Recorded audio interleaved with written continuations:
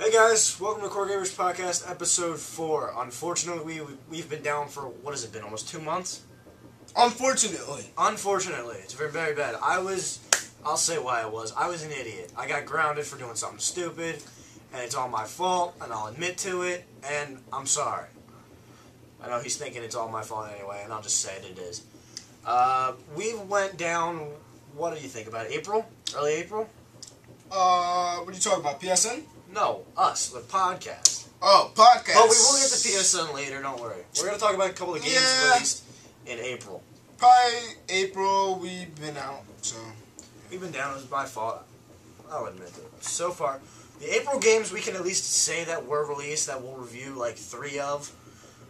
Games that released were Patapon 3, Motorstorm Apocalypse, Man vs. Wild, which, why is that a video game? I just want to ask that. It's kind of like what we read Michael Phelps, a video game. We'll talk about that later, though. Later. What else was there? Michael Jackson, The Experience, which was nice that was like a memento to Michael Jackson after his death. Yeah. Out of respect, they built it for him from, what, the movie I think that was off of? Yeah, I guess. I don't know how you would make that. A lot of video people like game. Michael Jackson, so. Everybody likes Michael Jackson. Right, what else was there? Oh, Mortal Kombat. Woo! Best one of the month. SOCOM 4 and Portal 2. Those are the games that were released in April, at least some of them that were. We're only going to talk about 3 of them, which were Mortal Kombat, SOCOM 4, and Portal 2. Mortal Kombat, it gets a 10 out of 5. Mortal Kombat was a perfect rating, at least from my standards. I have it, I played it. There's nothing wrong with it. Well, I can't say that. There's one thing wrong with it at the end of the campaign. The boss. The main boss at the end of the campaign. The boss is always, too tough. I literally, and I'm not going to exaggerate at all, I played that level 500 times fighting Shao Kahn at the end of the story, and I couldn't beat him. I literally beat him at least a couple days ago.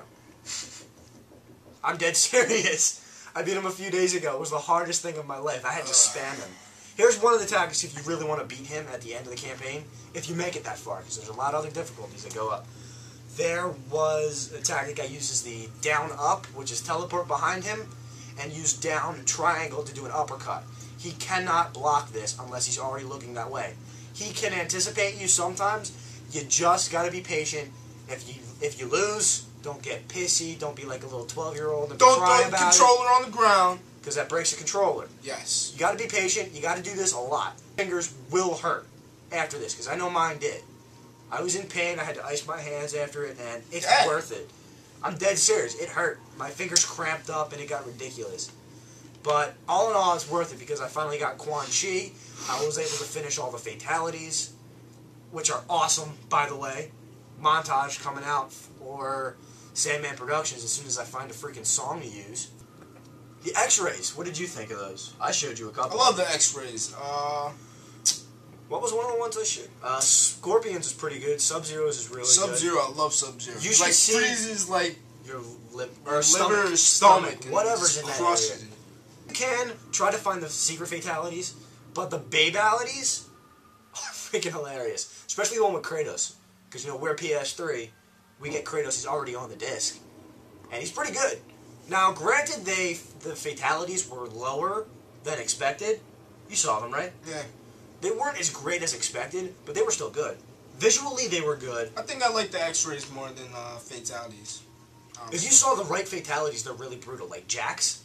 One of Jax's fatalities is he smashes your face and rips off your arms. Like, literally, he claps his metal arms against your head. It's amazing. Gruesome.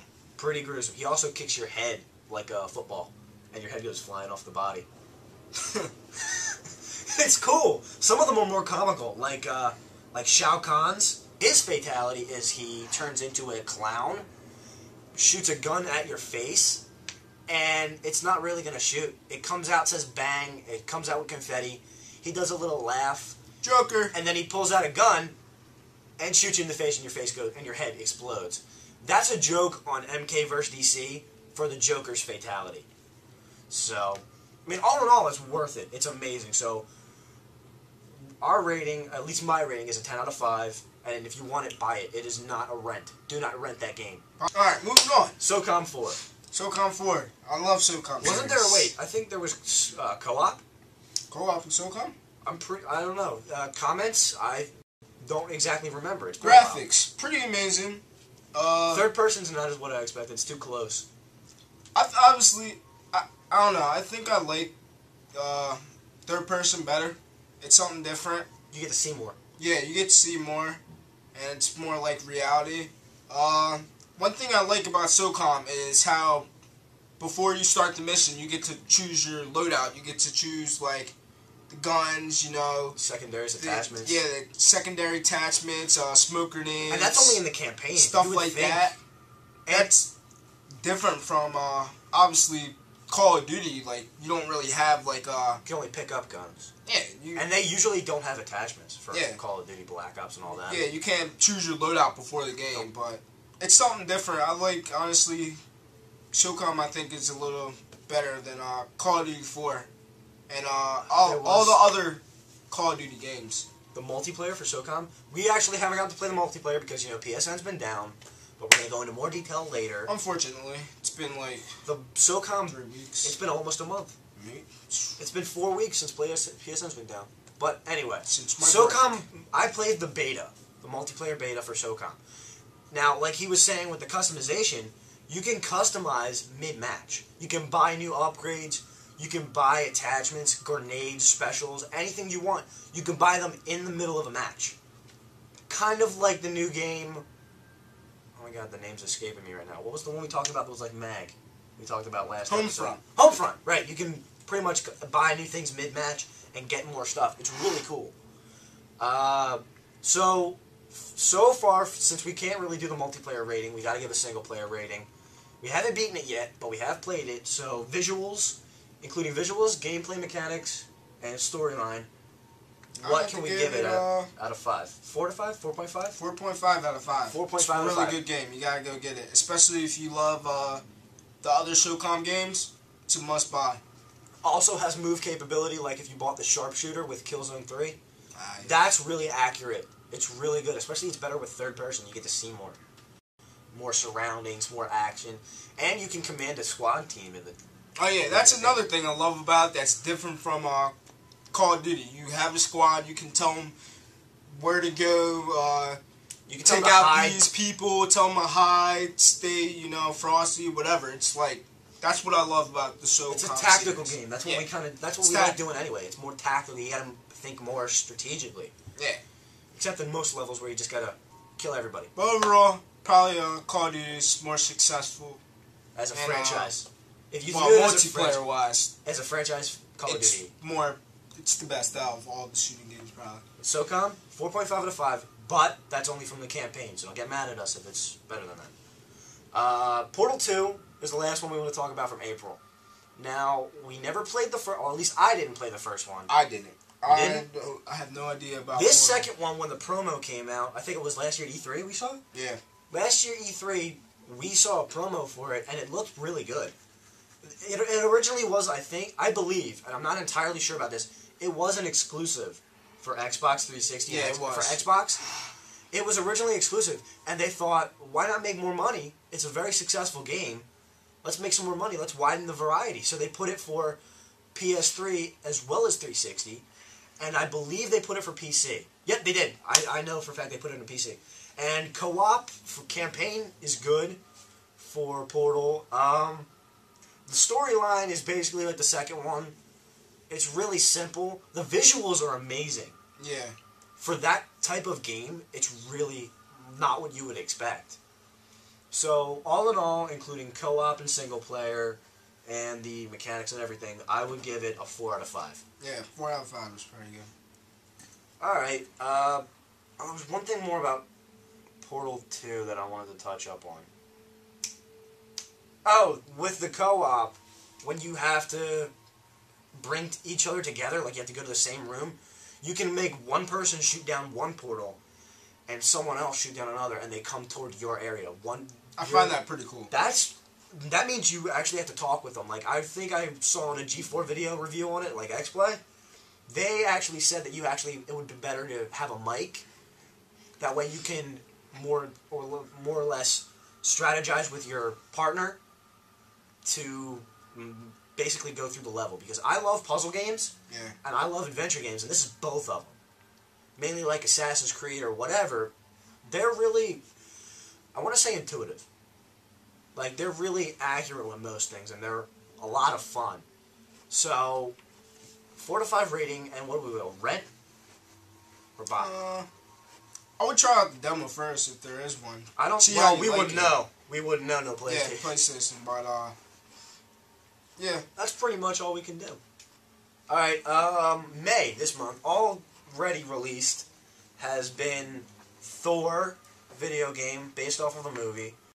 The reviews for the movie have been a lot better than you would think. Marvel. We haven't seen the movie, and this isn't a movie podcast, so we're going to move on from there. The game looked average. It's a movie-based game. It's kind of like Iron Man and Iron Man 2 games. I don't like those games. They weren't good. At all. Games based on movies, based on comics, not good. At all. Not really successful. All right, really quick, what would you give it as a rating? I give it a 1.5. 1.5 out of 5? Out of 5. Or would you give it a 1? I don't know. I would have to go with a 3 out of 5. Really? Yeah. It's because it's Marvel, that's why. This I don't even like Thor that much, but, like, I don't know. I can't really say right now because I haven't played the game, but... We haven't seen the movie. Well, I haven't. I don't think the games that are based off movies aren't that really great. Not at all. I'm with you on that one. Next game for May was Brink. Now, I don't know if that has been released or will be released, but it's basically a mix between, what do I want to say? I want to say Call of Duty for a first-person shooter and Mirror's Edge. Mirror's Edge being parkour. That was the game with what was that? The girl? It was like a parkour. I don't remember her name, but it was like you could run around the levels and have parkour going with your game. Oh, yeah. It's really cool because you can run up a wall, kind of like Assassin's Creed, but it's first person. You hit a certain button, I think it's like square or whatever, you climb up a wall. Or you can jump from one wall to the back. And it's really cool. It's a lot better than you would think because if you do a barrel roll, you can actually run off a, I want to say like a shipyard. There's a busted up shipyard. You're running along the top and you jump. You can bounce off the wall in front of you and shoot while you're jumping. Like if you're sliding, you can do a jump kind of like Bulletstorm. Oh, yeah. Or you can shoot while jumping, which is really cool. I think it's a straight multiplayer game. I'm not entirely sure about a first person or a single player. Because there's 3 different factions. There's a gang-like group, there's a rebel-like group, and there's a government-like group. At least that's what I think. I'm not entirely... Kind of sounds like MAG in a way. In a way, but it's really, really accurate. Especially, the handling's really easy, the game mechanics are good. The visuals are average. Now, the multiplayer, it's a lot more different, and there's kind of like, with Killzone 3, how you can be different types of person, like a mechanic or a medic or stuff like that. It's the exact same concept. You can repair turrets, you can build turrets from nothing. Sounds like MAG. It's like a mix between MAG and Killzone. So, all in all, I would give it a... I'd give it a 3. 3.5 out of 5. That's what I would give it. You give it a 3? Yep. Pretty even on the ideas. But I think it's a really successful game so far. We haven't been able to play it because we don't have multiplayer, but oh well. 3DS game that came out we saw last year at E3 was Kid Icarus Uprising when they first released at E3. This was a really popular game when it came out. There was a lot of talk about it because there hasn't really been a game about that. Now, if you played Super Smash Bros. Brawl for Wii, that guy was in it. I think his name was Icarus. I believe so. You know what I'm talking about? The guy with the little kid with the wings? Oh, yeah. I remember that. Yeah, this is a whole game based upon him for the 3DS. Now, you know the visuals aren't perfect, but for 3D, they're pretty good. So, for that one, 3 out of 5. Lego Pirates of the Caribbean, 4.5 out of 5. Enough said. Enough said. It's Lego. It's hilarious. Lego games. They obviously don't talk. They don't have to talk. They mumble. They make noises. It's hilarious. But and Lego... it incorporates the new movie. Yeah. Like, that hasn't even come out. That actually comes out next week. next Friday, I believe, because today's the 13th, comes out the 20th, and that Lego game incorporates